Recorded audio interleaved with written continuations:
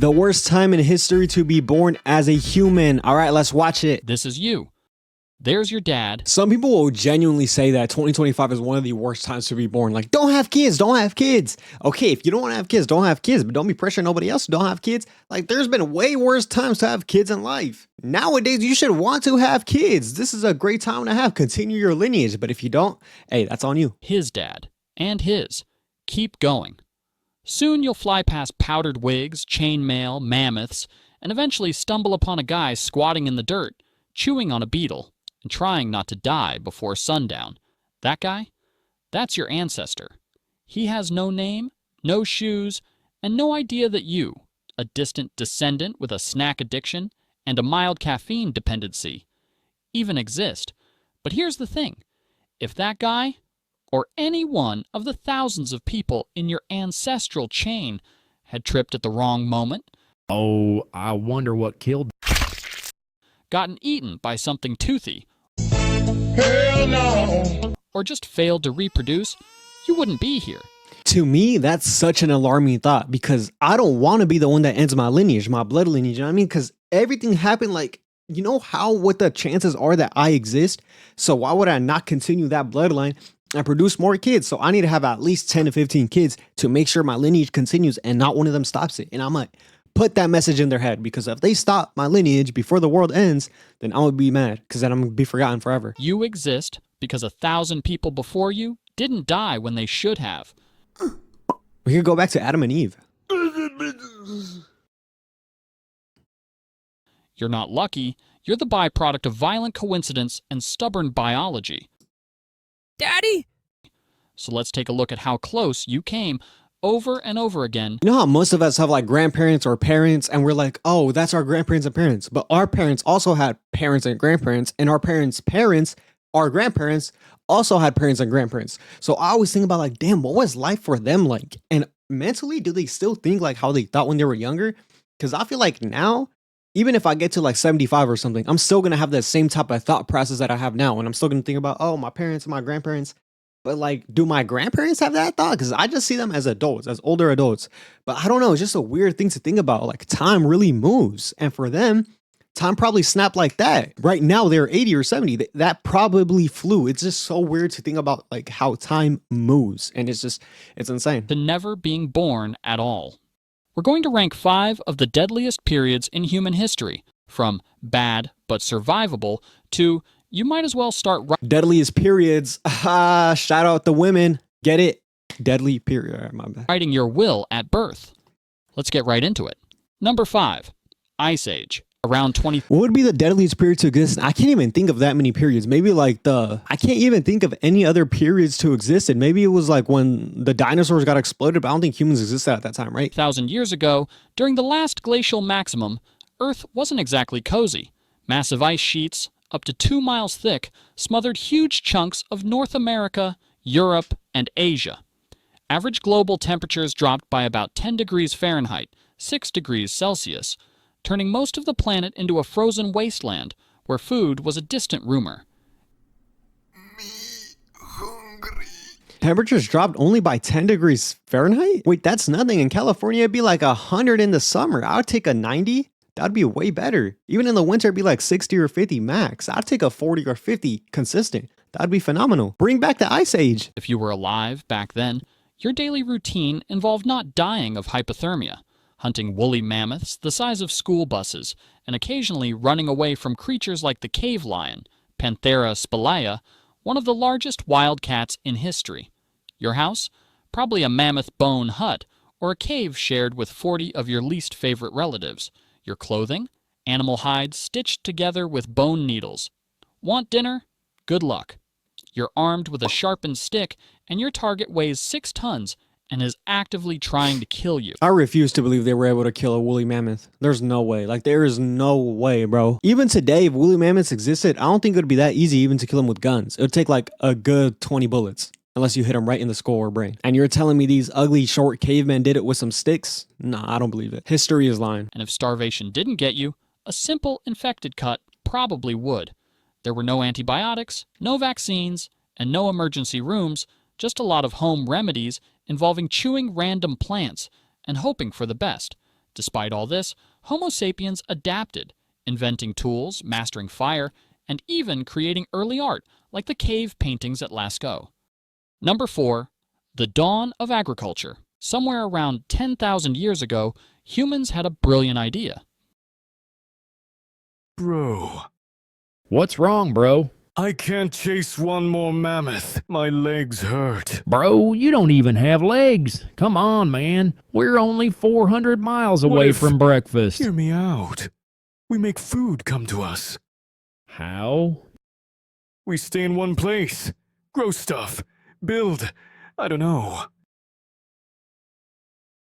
Okay. Welcome I know it's obvious now, like agriculture, but how did they not realize when they saw like a fruit tree or like a vegetable plant or like something planted in the ground that, okay, that's in the ground. Maybe if I just plant something else in the ground, it could grow, right? Like that's just basic like deduction. to the dawn of agriculture, also known as the moment when humanity accidentally made life way harder.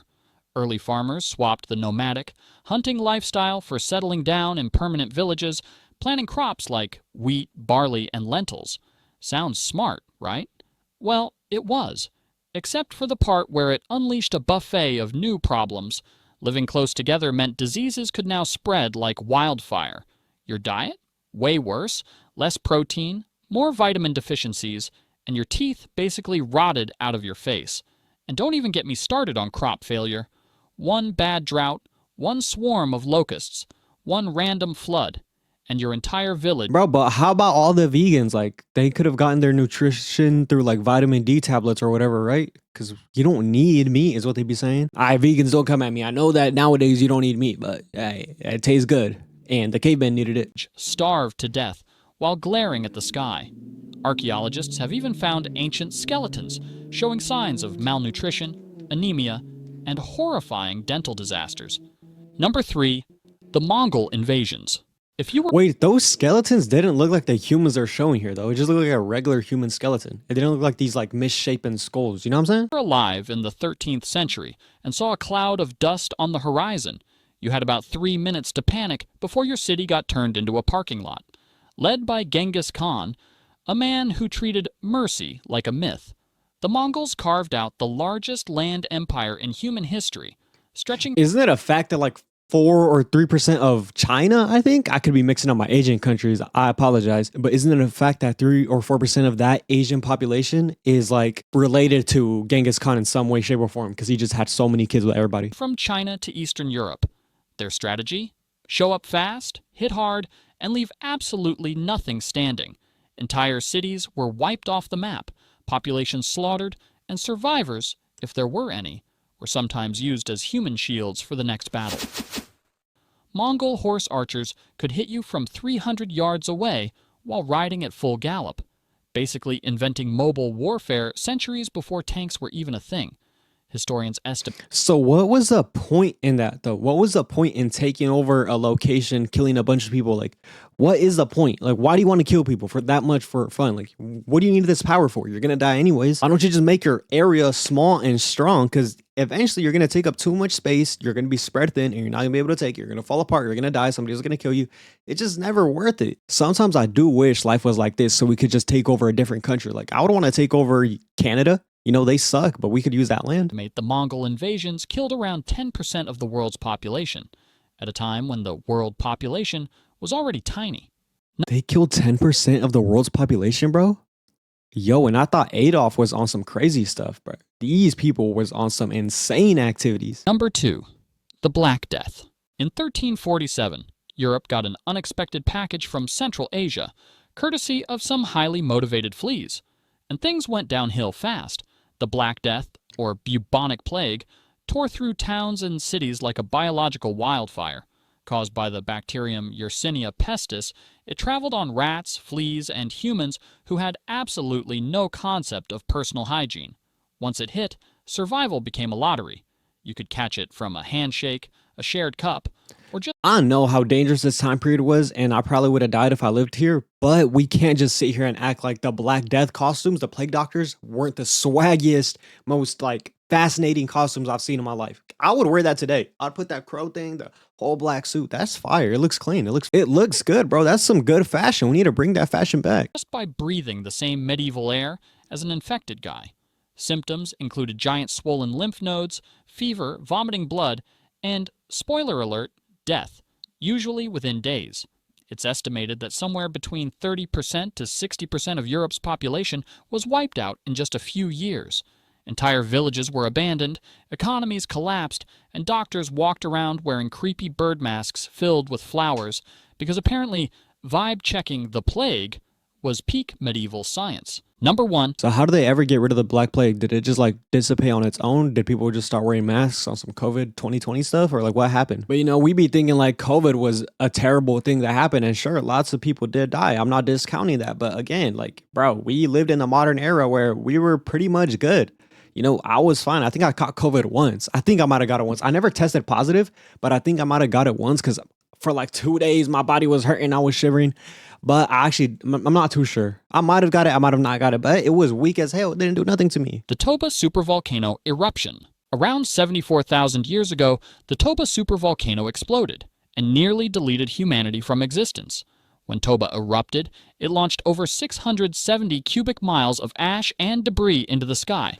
So how do they get these like exact time dates, these exact debris amounts, like the amount of volcano it exploded? Like, bro, there was no video back then. Nobody sent you a written letter of what happened. So are you just guessing? Like, what is science? Enough material to cover the entire United States.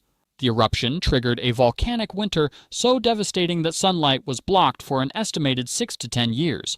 Global temperatures crashed by up to 27 degrees Fahrenheit, 15 degrees Celsius. Plants withered, animals starved. Nowadays with global warming, we might actually need that temperature drop immediately. Because people be saying the world's going to end because humans are making the planet hotter or something. So yeah, we need to stop ruining the ozone and somehow create some type of volcanic explosion that brings the temperature down, or another ice age. And ecosystems collapsed worldwide.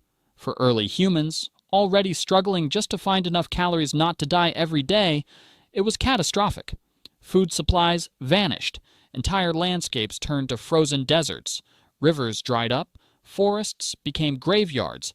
It's estimated that the total human population shrank to fewer than 3,000 individuals. A genetic bottleneck so tight that every person alive today likely descends from that tiny handful of survivors. No crops, no animals, no sunlight, no second chances. Imagine spending your So everybody's inbred.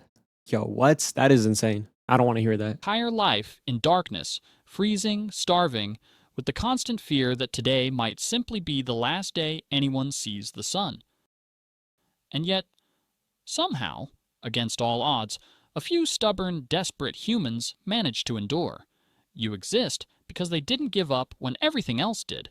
Thanks for watching No, I exist because God created me. Yo, that was an interesting history lesson. I actually really enjoyed that video. I love looking back at history, bro. It's one of the most interesting things I think, we could ever do. And if we ever invent a time machine or something like that, and if that ever works, which is probably not even a feasible construct in my lifetime or in anybody's lifetime. But if that were to be a real thing, I would actually want to see what it was like during like medieval Europe, during like the Black Plague, during the Renaissance era, during the Enlightenment era. Like I want to see what these philosophers were talking about. I wanted to see these debates between Martin Luther and everybody else. But yeah, if you like the video, like, comment, subscribe. Let me know what else you want me to watch, and let me know your favorite worldwide pandemic or like regional flu disease. Bye.